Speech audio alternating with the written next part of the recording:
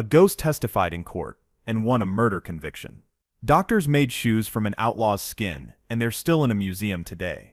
A killer literally hunted women like deer in the Alaskan wilderness. A man robbed a bank with a bomb locked around his neck and exploded on live TV. And one state's crime sparked a riot deadlier than the murder itself. These aren't myths, they're real crimes from all 50 states, and number 1 will leave you speechless. At number 50 we have Wyoming, where the Wild West delivered justice, stranger than any movie. In 1881, outlaw George Big Nose Parrott was hanged for his crimes. But the story didn't end there. After his execution, local doctors did something absolutely unthinkable with his corpse. They peeled the skin from his body and used it to craft a pair of shoes and a medical bag. These grotesque items weren't hidden away in shame. They're still on public display in Wyoming museums today, more than a century later, as proof that truth is stranger than fiction. Coming in at number 49 is Wisconsin, where a ransom plot turned into a multi-state nightmare in 1990. A mysterious man approached businessman John Grunhofer with a terrifying weapon. He handcuffed live dynamite directly to the victim's arm, creating a mobile bomb that couldn't be removed without triggering an explosion. The bomber forced Grunhofer to drive across state lines while wearing this deadly device, turning him into an unwilling accomplice in his own kidnapping. But the criminal made one critical mistake. He dropped his ransom note during the ordeal. Despite this evidence, investigators never identified the suspect, and the case remains unsolved. West Virginia takes number 48 with the only murder case in American history solved by a ghost. In 1897, a young mother named Zona Heaster Shue died under suspicious circumstances. Her husband claimed natural causes, but her spirit had other plans. Night after night, her ghost appeared to her own mother. The apparition revealed horrifying details about her murder, describing how her husband strangled her and broke her neck. The mother convinced authorities to exhume the body. The autopsy confirmed every detail the ghost had provided. Her husband was convicted of murder based partly on supernatural testimony that changed legal history forever. At number 47, Washington State hosts one of the most controversial serial killer theories in modern history. Starting in the late 1990s, college-aged men began turning up drowned in rivers and lakes along the I-94 corridor. The deaths looked like accidents or suicides, but investigators noticed something disturbing. Near many of the drowning sites, someone had painted creepy smiley faces on walls, bridges, and buildings. Some detectives believe a coordinated group of killers is hunting young men across multiple states, staging their deaths to look accidental. The smiley face killer theory remains hotly debated, with bodies still appearing under similar circumstances. Virginia claims number 46, with the bizarre death of John P. Wheeler III in 2010. Wheeler wasn't just anyone. He was a former presidential aide, a high-ranking Pentagon official, and a West Point graduate with top-secret clearance. Then everything fell apart in the strangest possible way. Security cameras captured Wheeler wandering the streets of Wilmington, Delaware, completely disoriented and missing one shoe. He appeared confused, asking strangers for rides and acting nothing like his normally composed self. Days later, his body was discovered in a Delaware landfill. He'd been murdered, but how he got there and why remains completely unexplained. Number 45 belongs to Vermont and the terrifying Bennington Triangle. Between 1945 and 1950, 5 people vanished without a trace in a remote area of Vermont's Green Mountains. They disappeared in broad daylight, during routine activities, leaving no evidence behind.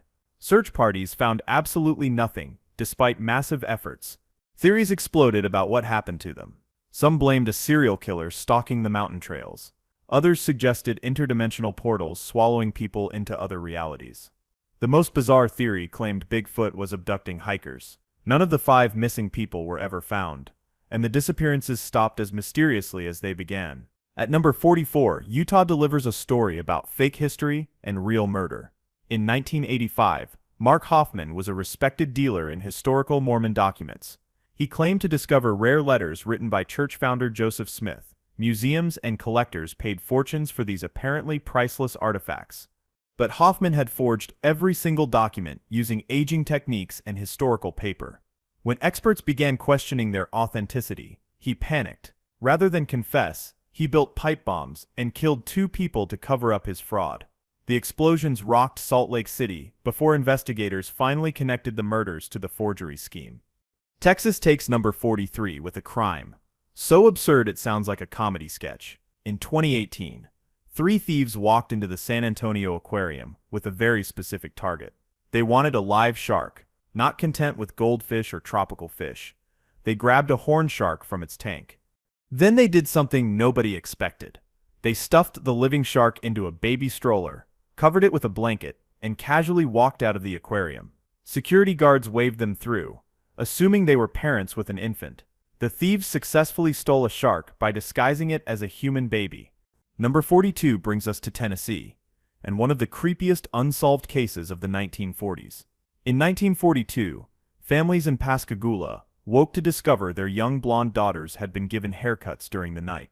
Someone was breaking into homes, approaching sleeping children, and carefully cutting their hair without waking them. The phantom barber struck multiple times, leaving terrified parents sleeping with weapons and guarding their children. Despite police stakeouts and investigations, only a single mysterious footprint was ever found. The intruder never harmed anyone physically, but the psychological terror was immense. The phantom barber stopped as mysteriously as he started, never to be identified. South Dakota claims number 41 with the Mathis family murders of 1981. Someone entered the Mathis farmhouse and shot the mother and 2 young children to death. The father survived and became the only suspect. Despite being the sole person present with clear motive and opportunity, he was acquitted at trial. No other suspect was ever identified, and no alternative theory explained the evidence. The father's acquittal left investigators baffled, and the community divided. If he didn't commit the murders, then who did? The case remains technically unsolved, with a grieving husband who some believe got away with killing his entire family. At number 40, South Carolina introduces one of America's most prolific serial killers. Donald Pee Wee Gaskins confessed to murdering over 100 people between 1953 and 1982. His victims included men, women, and children across the coastal Carolinas. He called them his coastal kills, treating murder like a hobby. Gaskins divided his victims into 2 categories. Coastal kills were random people who annoyed him or crossed his path. Serious murders were people he knew personally.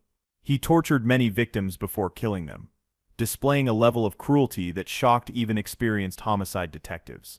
He was finally executed in 1991. Rhode Island takes number 39 with a horrifying family annihilation.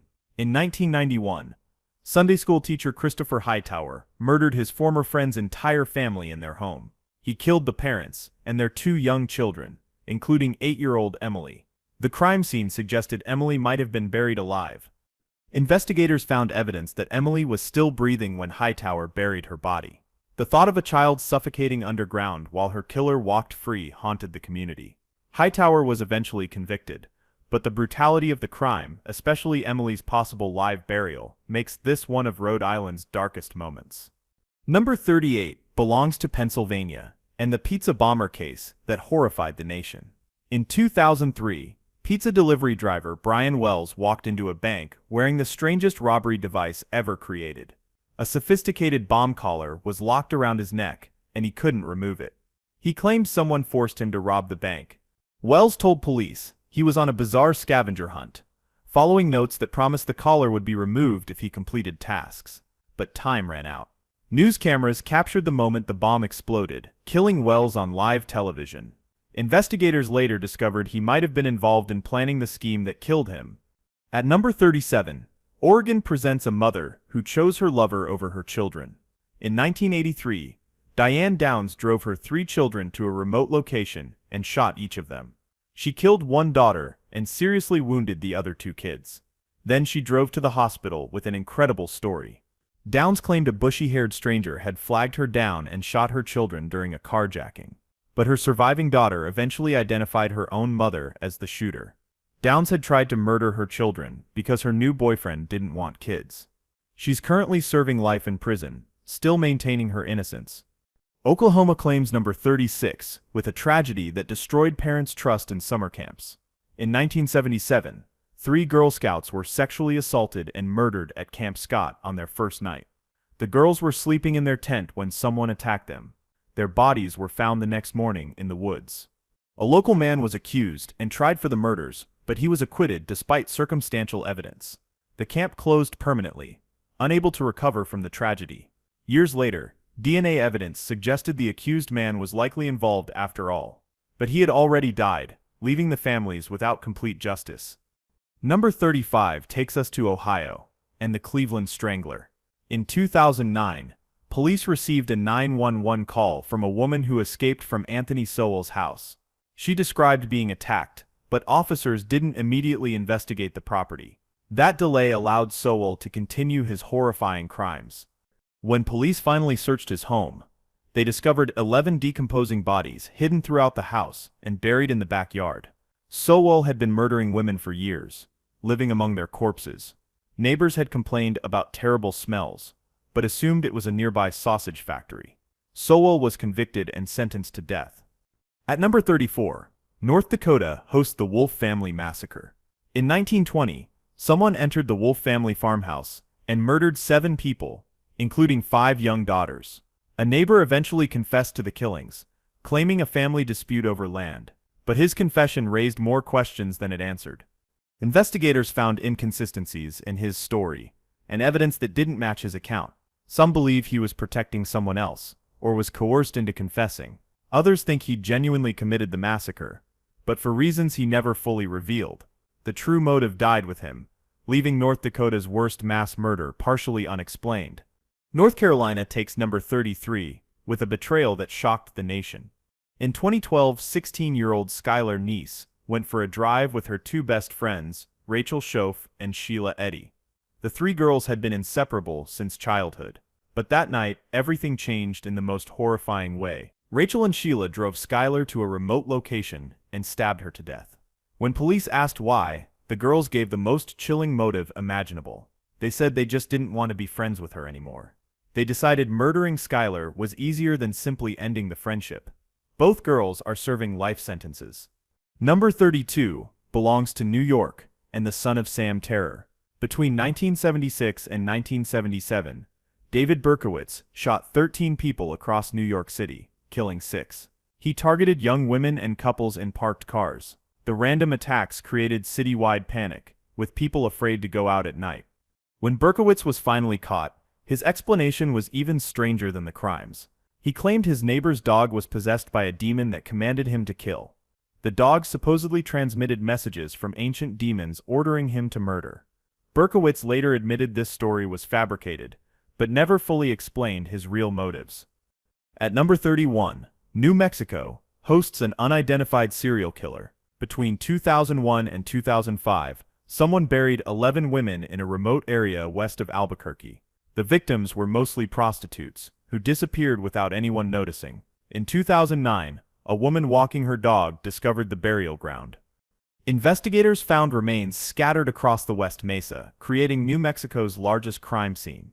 Despite extensive investigation and DNA analysis, the West Mesa bone collector has never been identified.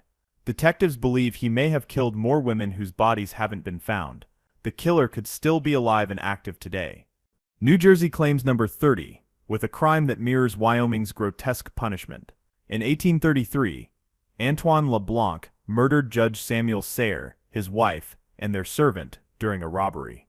After his hanging, angry locals decided execution wasn't enough punishment. They wanted a more permanent reminder of his crimes. Just like Big Nose Parrot in Wyoming, LeBlanc's skin was removed and tanned into leather. But instead of shoes, craftsmen created wallets, book covers, and lampshades that were distributed to prominent citizens as macabre souvenirs. These human leather items circulated through New Jersey society for decades as gruesome conversation pieces. Number 29 brings us to New Hampshire, or rather Maine, with the Old Orchard Beach intruder. Between 2005 and 2006, residents in Cape Elizabeth reported identical terrifying experiences. They would wake up to find a stranger standing silently in their bedroom, just staring at them in the darkness. The intruder never spoke, never attacked, never stole anything. He would simply stand there, watching people sleep until they woke up. Then he would vanish into the night before police arrived. Despite multiple reports and police stakeouts, the intruder was never caught. The incident stopped suddenly, leaving the community haunted by unanswered questions. At number 28, Nevada delivers one of hip-hop's most infamous unsolved murders. In 1996, rapper Tupac Shakur was shot multiple times in a drive-by shooting on the Las Vegas Strip. He died 6 days later from his injuries. Despite dozens of witnesses and intense media coverage, nobody was charged. The case went cold for 27 years, spawning countless conspiracy theories about who ordered the hit. Finally, in 2023, police arrested a suspect and charged him with the murder. The delay raised questions about why it took nearly 3 decades to act on evidence that reportedly existed from the beginning. Nebraska takes number 27 with one of the most bizarre discoveries in criminal history. In 2006, college professor Stephen Hataja vanished from his home without explanation. For 95 days, nobody knew where he was. Massive searches turned up nothing. Then a rancher made a horrifying discovery in a remote field. Hataja's body was found tied to a tree, almost completely burned. The position of the body and burn patterns suggested he might have been alive when set on fire, but investigators couldn't determine if this was murder, suicide, or some bizarre accident. The case remains unsolved, with no clear explanation for his disappearance or death. Number 26 belongs to Montana, and a murder that took 2 decades to solve.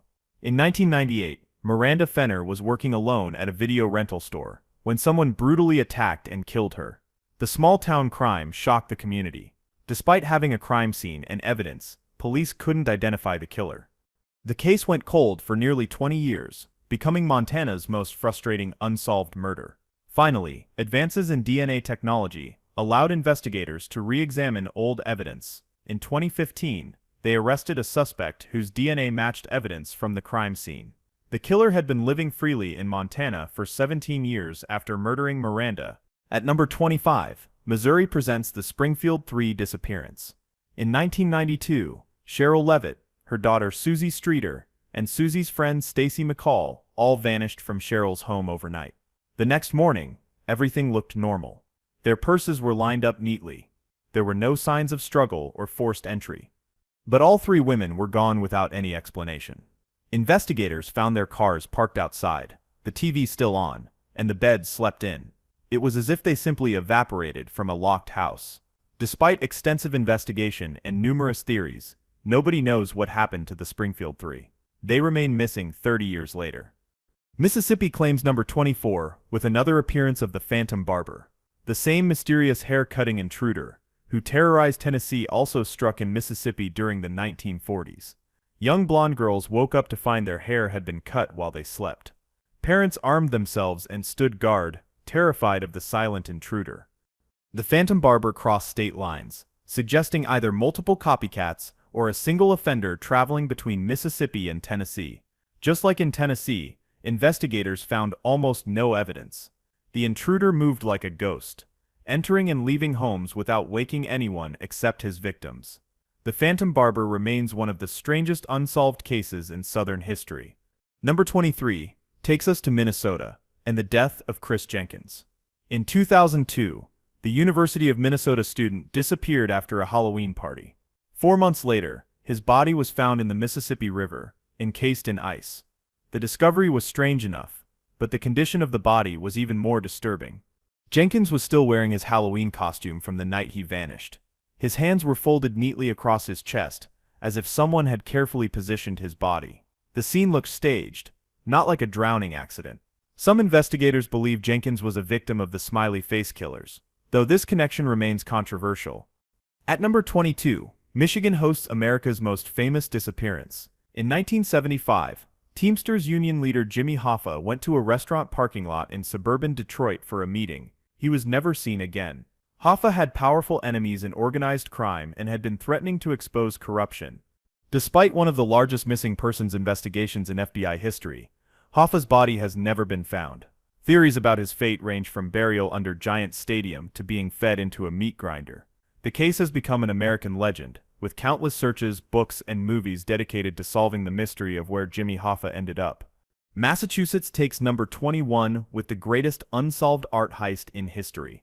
In 1990, 2 men dressed as Boston police officers knocked on the door of the Isabella Stewart Gardner Museum. They claimed to be responding to a disturbance. The security guards let them inside, which was a fatal mistake. The fake police officers tied up the guards and spent 81 minutes systematically stealing 13 pieces of artwork. They took paintings by Rembrandt, Vermeer, and Degas worth over $500 million.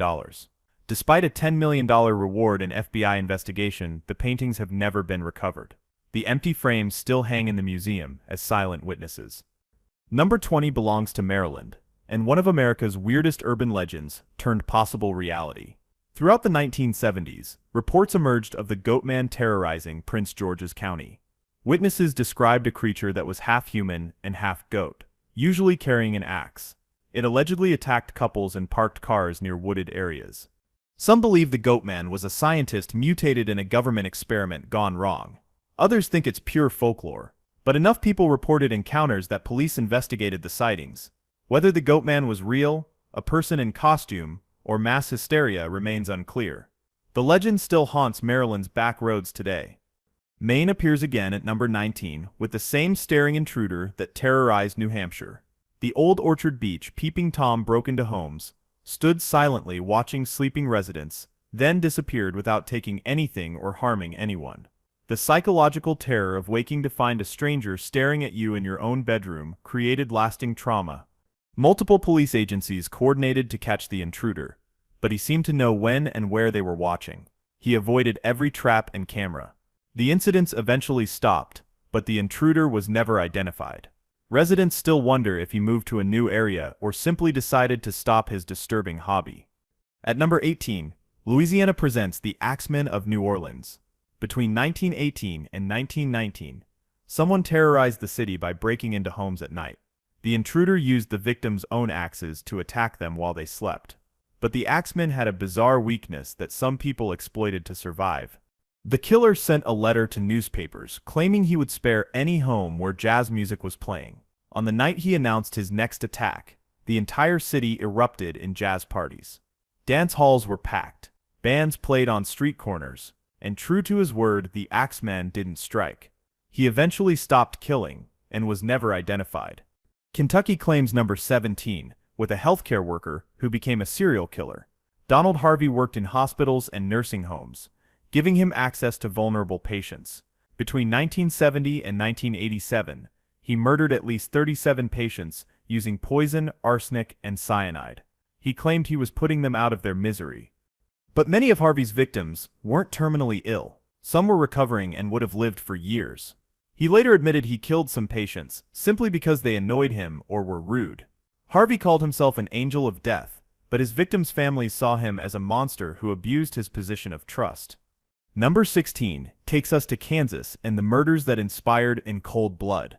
In 1959, two ex-convicts invaded the Clutter family farmhouse in Holcomb. They had been told the family kept large amounts of cash in a safe, but no such safe existed. Rather than leave, they murdered the entire family. Herbert Clutter, his wife Bonnie, and their teenage children Nancy and Kenyon were all killed in their own home. The brutality of murdering an innocent farm family for money that didn't exist shocked America. Writer Truman Capote immortalized the case in his book In Cold Blood, one of the first true crime novels. At number 15, Iowa hosts one of America's oldest unsolved massacres. In 1912, someone entered a house in Villisca while 8 people slept inside. Using an axe found in the house, the killer systematically murdered all 8 victims. 6 were children. The killer struck each victim multiple times while they were still in their beds. Despite a massive investigation and several suspects, nobody was ever convicted of the Villisca Axe murders. The crime scene was contaminated by curious townspeople who walked through the house before police arrived. Over a century later, the house still stands as a gruesome tourist attraction where people can spend the night at a murder scene. Indiana takes number 14 with one of the longest hostage situations in American history. In 1977, Anthony Kiritsis held mortgage broker Richard Hall captive for 63 hours. But this wasn't a typical hostage situation.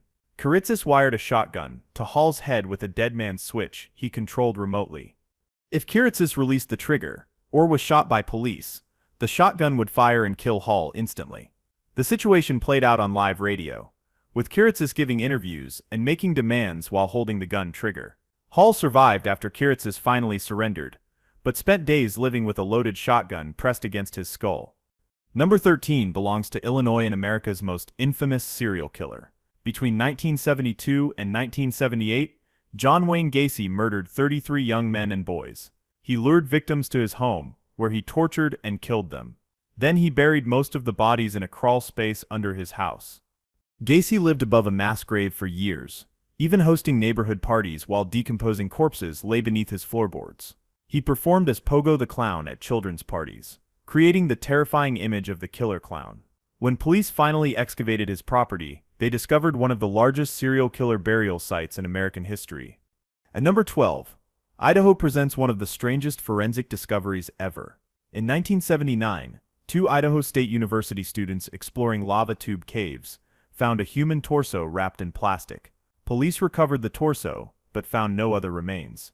The victim couldn't be identified. The case went cold for a decade.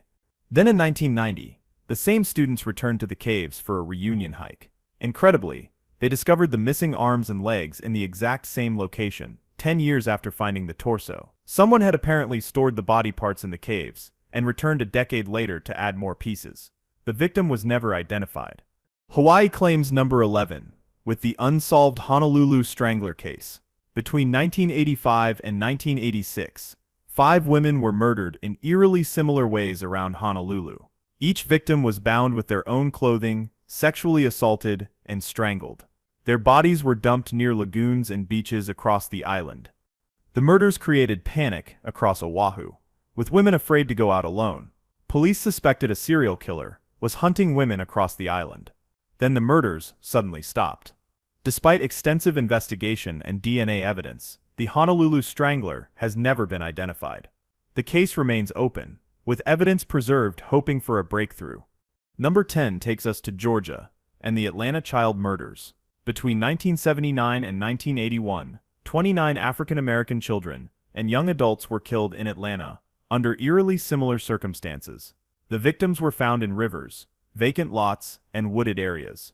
Many had been strangled. The pattern suggested a serial killer. Wayne Williams was eventually convicted of murdering 2 adult victims and is suspected in most of the child murders. But serious questions remain about whether Williams killed all the victims or if multiple killers were operating simultaneously.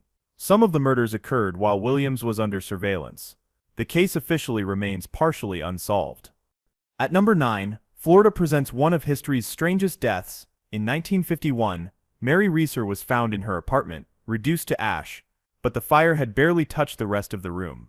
All that remained of Mary was a shrunken skull, one slipper with her left foot still inside, and a pile of ashes. The temperature required to cremate a human body that completely would have destroyed the entire building. Yet the walls weren't even scorched.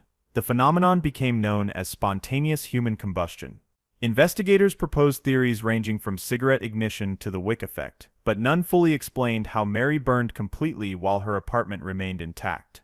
Delaware claims number 8, with America's first mail murder. In 1898, Cordelia Botkin sent a box of chocolates through the mail as a gift.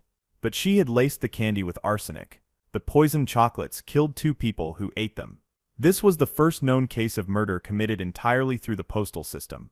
Botkin had sent the chocolates to her lover's wife and family, hoping to eliminate her romantic rival. The case created national headlines and led to new laws about mail fraud and using the postal service to commit crimes. Botkin was convicted and spent the rest of her life in prison as America's first male murderess. Number 7 belongs to Connecticut and one of America's darkest days. On December 14, 2012, a gunman entered Sandy Hook Elementary School in Newtown. In just minutes, he killed 20 children between 6 and 7 years old. He also murdered 6 adult staff members who tried to protect the children. The Sandy Hook shooting became one of the deadliest school massacres in American history. The image of first graders being murdered in their classroom sparked national debates about gun control and school safety.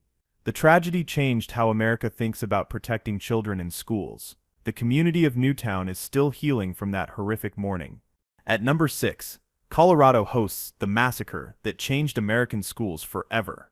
On April 20th, 1999, 2 students entered Columbine High School with guns and homemade bombs. They murdered 12 students and 1 teacher before taking their own lives. 20 more people were injured in the attack. Columbine became the template that future school shooters copied and referenced. The attack sparked nationwide debates about bullying, gun access, violent video games, and teen mental health. Schools across America installed metal detectors and hired armed guards. Columbine transformed from a school name into a word synonymous with tragedy and lost innocence. California takes number 5, with a serial killer who evaded capture for decades. Between the 1970s and 1980s, the Golden State Killer murdered 13 people and committed at least 50 rapes across California. He broke into homes at night, attacking couples while they slept. Then he would disappear without leaving evidence. The case went cold for decades, with no solid leads. Then in 2018, investigators used a revolutionary technique. They uploaded crime scene DNA to public genealogy websites and built a family tree. This genetic genealogy led them to Joseph DeAngelo, a former police officer. He was arrested 40 years after his last known crime. Number 4 belongs to Arkansas, and the worst family annihilation in state history. In 1987, Ronald Gene Simmons spent 1 week systematically murdering 16 people. 14 were members of his own family, including his wife, children, and grandchildren. His youngest victim was only 20 months old, barely more than a baby. Simmons killed his family members one by one, hiding their bodies around his property as he continued the massacre over several days. After murdering his family, he killed 2 more people he held grudges against. When arrested, he showed no remorse.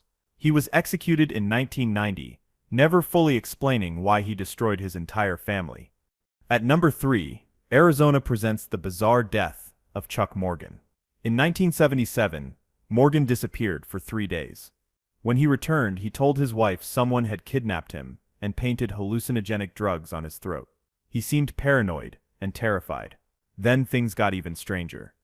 Days later, Morgan was found dead in the desert. His body had been arranged in a specific position. Coded Bible verses were pinned to his underwear. An empty gun was placed in his hand, but he'd been shot with a different weapon. His teeth and toupee had been removed. The death was ruled suicide, but nothing about the scene made sense. Alaska claims number 2, with a serial killer who literally hunted women like animals. Robert Hansen kidnapped prostitutes and dancers in Anchorage during the 1970s and 80s. He flew them to remote wilderness areas in his private plane. Then came the horrifying twist that earned him the nickname Butcher Baker. Hansen would release the women into the Alaskan wilderness and give them a head start. Then he hunted them with a rifle like they were deer or moose. He treated human beings as prey in a sick, twisted hunting game. Hansen killed at least 17 women this way before being caught in 1983. And finally, at number 1, Alabama delivers a murder that sparked a deadly riot. In 1888, Richard Hawes was convicted of brutally murdering his ex-wife and their 2 daughters in Birmingham. The trial inflamed racial tensions and public outrage. When Hawes was hanged, thousands gathered to witness the execution.